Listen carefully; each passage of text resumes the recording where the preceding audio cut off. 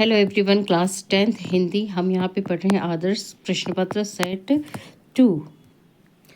दूसरे सेट के हमने question answer, fill in the blank, सत्य असत्य, मैच द कॉलम, ये सारे क्वेश्चंस जो हैं वो यहाँ पे मैं आपको समझा चुकी हूँ। क्वेश्चन नंबर यहाँ पे अब हम यहाँ से ले रहे हैं क्वेश्चन नंबर 10।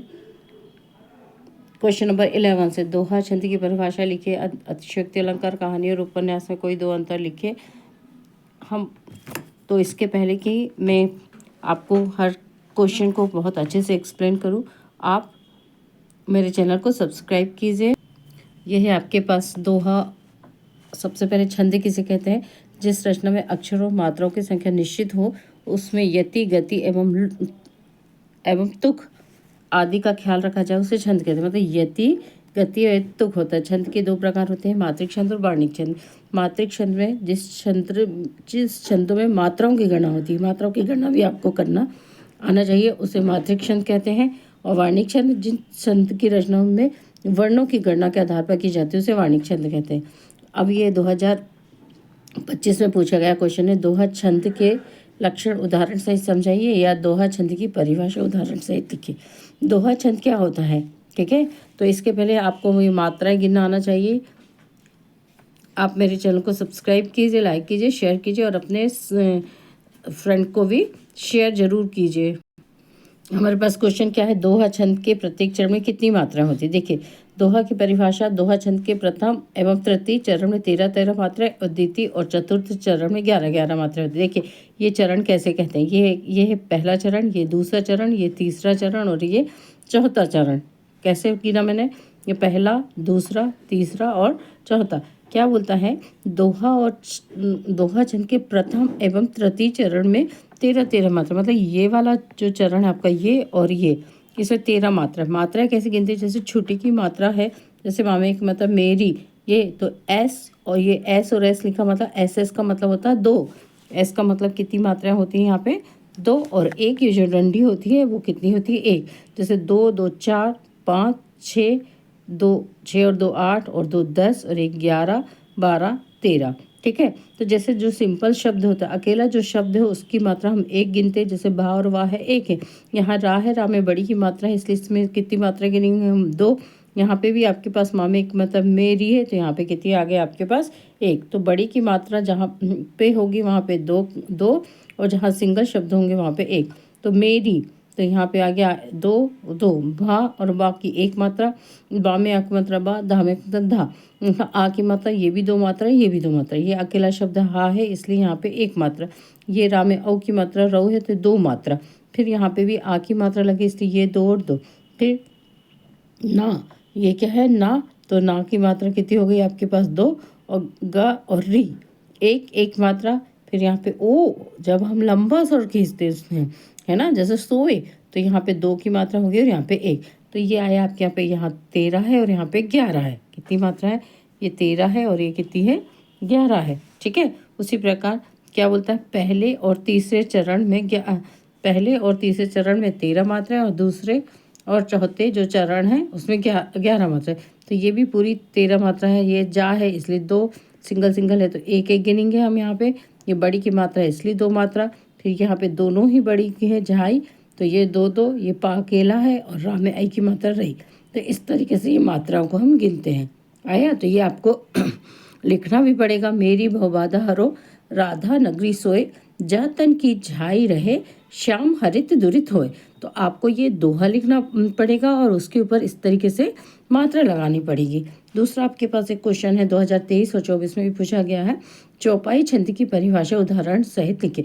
देखिए, चौपाई में क्या होता है? हमारे पास जो मात्राओं की जो गणना होती है वो बदल जाती है, इसलिए ये चौपाई और छंद हो जाता है। मतलब ये दोहा में 13 और 11 का है और ये चौपाई जो होती है, चौपाई के सममात्रिक छंद हैं। इसके प्रत्येक चरण में कितनी मात्राएं होती हैं? 16। कितनी मात्रा होती है? 16। ये बिल्कुल याद रखिए कि दोहा जो होगा वो 13 11 और चौपाई जो होगी वो 16 मात्राएं। और मंगल भवन अमंगलहारी, द्रवहुस दशरथ अजर अचिर बिहारी। आपको मात्रा गिनना आ गया होगा समझ में। ठीक है, आप एक बार जरूर लिखिए और अपने खुद से मात्रा गिनिए, आपको खुद समझ में आ जाएगा। तो चौपाई की परिभाषा क्या होगी? चौपाई एक सममात्रिक, सम क्यों बोल रहे हैं, क्योंकि इस प्रत्येक चरण में 16 मात्राएं हैं और इसके प्रत्येक चरण में 16 मात्राएं होती हैं। और उदाहरण इसका बहुत सरल उदाहरण है जो हमेशा हम इसको गाते रहते हैं, मंगल भवन अमंगलहारी द्रवहु सुदशरथ अजिर बिहारी। ये आपके पास सेट 2 है। अतिशयोक्ति, अतिशयोक्ति मतलब जो भी कोई बात उसको खूब बड़ा चढ़ाकर बताए वो अतिशयोक्ति अलंकार कहलाता है। और इसकी परिभाषा उदाहरण सहित लिखिए, तो जहाँ कोई भी बात आवश्यकता से अधिक बढ़ा चढ़ाकर कही जाए वह अतिशयोक्ति अलंकार कहलाती है। जैसे हनुमान की पूंछ में लगन न पाई आग, लंका सारी जारी गए निशाचर भाग। मतलब यहाँ पे जो है जो बात है उसको बड़ा चढ़ा कर वर्णन किया है, इसलिए इसको हम अतिशयोक्ति अलंकार कहते हैं। ये सेट 1 का क्वेश्चन है जो मैं सेट 1 में समझा चुकी हूँ। आप इसको प्लेलिस्ट में जाके देख सकते हैं। देखिए वीडियो बहुत लंबी है, इसका आप स्किप मत कीजिए, पर बहुत ध्यान से समझिए, एक बार ही आपको समझने में सारी चीज़ें आ जाएंगी। नेक्स्ट क्वेश्चन है आपके पास, ये सेट 2 का है। सेट 2 है कहानी एवं उपन्यास में अंतर लिखिए। कहानी क्या होती है, देखिए कहानी एक छोटी सी होती है, किसी एक विषय वस्तु को लेकर हम कहानी को बता देते हैं, ठीक है। परंतु उपन्यास क्या होती है, बड़ा सा आपने देखा ना, कहानी छोटे से हो जाते हैं, उपन्यास इतना बड़ा मोटी बुक होती है। तो यही है आपके पास, कहानी और उपन्यास में 4 अंतर इस प्रकार है। लघु यानी छोटा, कहानी लघु आकार की होती है जबकि उपन्यास का आकार बड़ा होता है। कहानी में जीवन के किसी एक अंश का चित्रण, सिर्फ एक ही अंश का चित्रण होता है, जबकि उपन्यास में समग्र जीवन का बृहद चित्रण, बृहद यानी बड़ा चित्रण, बड़ा मतलब जीवन के एक एक पहलू पे उसका चित्रण होता है। फिर कहानी से अंत तक भाव सघनता बनी रहती है। कहानी में प्रारंभ से अंत तक, मतलब कहानी क्या होता है, एक लय में बहती है, मतलब जैसे प्रारंभ होती है उसके बाद हमको एक के बाद एक इंटरेस्ट जागता रहता है, इसलिए बोलता है कहा कि कहानी में प्रारंभ से अंत तक भाव सघनता बनी रहती है, जबकि उपन्यास में कई स्थल सघन प्रभावी नहीं होते। कहानी लगभग आधे घंटे में पढ़ ली जाती है जबकि उपन्यास को हमको दीर्घकाल में पढ़ सकते हैं। हम इस तरीके से कहानी और उपन्यास का कॉलम बना के भी उसके 1 पॉइंट यहाँ लिखे, 1 पॉइंट यहाँ लिखे, 1 पॉइंट ऐसे 4 पॉइंट भी आप याद करके लिख सकते हैं। अगला क्वेश्चन है आपके पास, आत्मकथा। आत्मकथा की परिभाषा लिखिए। आत्मकथा मतलब खुद की कथा, आत्मकथा यानी खुद की कथा, और एक प्रसिद्ध आत्मकथा का नाम लिखिए। तो आत्मकथा में जो लेखक होता है स्वयं अपनी जीवन यात्रा पूरी आत्मीयता से व्यवस्थित रूप से पाठक के सम्मुख रखता है। पाठक मतलब जो हम हैं, पढ़ने वाले हैं, उसके सम्मुख रखता है, मतलब अपने जीवन का समग्र वर्णन होता है। एक स्टेप बाय स्टेप पूरी यात्रा को आत्मीयता से व्यवस्थित रूप से, मतलब एक बार ये हुआ, बचपन में ये हुआ, फिर उसके बाद ये हुआ, फिर उसके बाद ये हुआ, पाठक के सामने रखता है। और जैसे महात्मा गांधी की सत्य के प्रयोग को प्रसिद्ध आत्मकथा है। महात्मा गांधी की सत्य के प्रयोग प्रसिद्ध आत्मकथा। हमें पूछा गया कि एक प्रसिद्ध आत्मकथा का नाम, तो आंसर हमारे पास सत्य के प्रयोग, जो किसकी है, महात्मा गांधी की है। अगला क्वेश्चन ये आपके पास 2025 में है, जीवनी और आत्मकथा में 2 अंतर लिखे। उसको भी 2 ऐसे कॉलम बना के कर सकते हैं, और ये सेट 1 में मैंने ये समझा चुकी हूँ, प्लेलिस्ट में आप जाके देख सकते हैं। देखिए क्वेश्चन है ये आपके पास, नवाब साहब ने बहुत ही यत्न से खीरा काटा, नमक मिर्च भुरकाकर अंततः सूंघकर ही खिड़की से बाहर फेंक दिया। ठीक, उन्होंने ऐसा क्यों किया और उसका ऐसा करना उनके कैसे स्वभाव को इंगित करता है। फिर से हम भी क्या करते हैं, जो ककड़ी है, ककड़ी को काटते हैं, उसमें नमक मिर्च लगाते हैं, है ठीक है, और खिड़की से बाहर फेंक देते।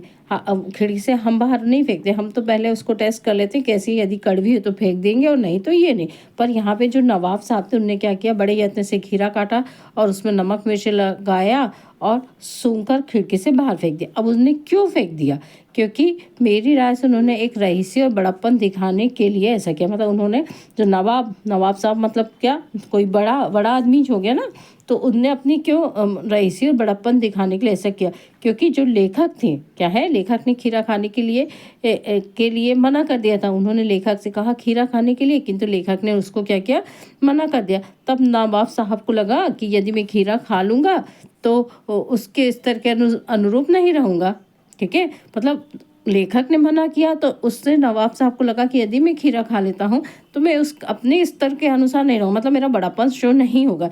इसलिए लेखक को प्रभावित करने के लिए खीरों को उसने सूंघा और खिड़की से बाहर फेंक दिया। मतलब अपने स्टेटस को शो करने के लिए कि उसने, यदि लेखक नहीं खा रहा तो मैं क्यों खाऊं, तो उन्होंने खिड़की से बाहर फेंक दिया। ऐसा करना क्या है, एक्चुअली क्वेश्चन पूछता है उनका ऐसा करना उनके कैसे स्वभाव को इंगित करता है। आप भी सोच सकते हैं कि ये क्या है, एक बनावटी बने, मतलब व्यर्थ वेस्टेज हुआ ना। तो ऐसा करना उनकी बनावटी जीवन शैली, आडंबर, नवाबी प्रदर्शन आदि की ओर इंगित करता है। मतलब बनावटी जीवन शैली क्यों, क्योंकि चीज़ों को व्यर्थ करना ये बनावटी शैली हुई। आडंबर मतलब क्या हो गया, दिखावा हो गया। आडंबर यानी दिखावा करना। और ये नवाब की नहीं, मैं नवाब हूँ, मैं यदि तुम नहीं खा सकते उस चीज़ को तो मैं कैसे खा सकता हूँ। तो ये इसके इंगित करता है। वीडियो थोड़ी लंबी हो रही है पर हिंदी पढ़ाने में मज़ा आ जाता है। अगला क्वेश्चन है आपके पास, भाई खूब क्या आइडिया है। ये आइडिया जो शब्द है वो क्या है आपका, इंग्लिश का है। इस वाक्य को ध्यान में रखते हुए बताइए कि एक भाषा में दूसरी भाषा के शब्दों से आने से क्या लाभ होता है। देखिए, एक भाषा के शब्दों को दूसरी भाषा में आने पे भाषा का शब्द भंडार बढ़ गया, मतलब आइडिया, एक नया शब्द मिल गया। ये हिंदी से इंग्लिश वाला शब्द है, ठीक है। उससे हम जो चीज़ समझाना चाहते हैं, ठीक है, जो भी हम समझाना चाह रहे हैं वो हमारे पास आसानी से पहुंच जाता है। भाषा में चमत्कार आता है और वह रोचक बन जाती है। भाई खूब क्या आइडिया है। तो ये शब्द है आपके पास, भाषा में चमत्कार आता है और बात रोचक हो जाती है और हम उसको आसानी से समझ लेते हैं। अगला क्वेश्चन क्या है आपके पास, भगत के व्यक्तित्व और उनकी वेशभूषा को अपने शब्दों में प्रस्तुत कीजिए। देखिए, जो बाल गोविंद भगत थे उनकी उम्र कितनी थी, 60 वर्ष से अधिक थी। कितनी थी, 60 वर्ष से अधिक आयु के थे और वे गोरे चिट्टे थे। उनका जो कलर था वो साफ था, गोरे चिट्टे थे, ठीक। उनके बाल सफ़ेद हो गए थे। बाल कैसे थे, सफ़ेद थे और उनका चेहरा सफ़ेद बालों से चमत्कृत रखता था। बाल सफ़ेद होने के कारण जो व्यक्तित्व था उनका वो काफ़ी इम्प्रेसिव था, मतलब प्रभावशाली था। कैसा था, प्रभावशाली था। तो उनका चेहरा सफ़ेद बालों से चमत्कृत रहता था। वे शरीर पर एक लंगोटी और सिर पर कबीरपंथी कनफटी टोपी पहनते थे। कबीरपंथी लोग जैसे एक लंगोटी पहनते थे तो वह शरीर पर लंगोटी और सिर पर एक कबीरपंथी कनफटी टोपी पहनते थे। उनके गले में तुलसी की माला थी, ठीक। और उनके माथे पर रामानंदी चंदन का टीका लगा रहता था। जैसे रामानंदी जो चंदन का टीका था उनके माथे में लगा रहता था और सर्दी में वे कंबल ओढ़ लेते थे। तो उम्मीद है इधर तक के क्वेश्चन आंसर आपको समझ में आ गए होंगे।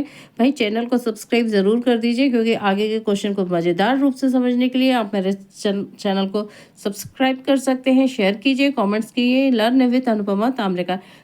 मेरे इस चैनल पर आपको मैथ्स, इंग्लिश और हिंदी, साइंस, ऑल सारे सब्जेक्ट के आपको IMP क्वेश्चन मिलेंगे। Okay bye, best of luck.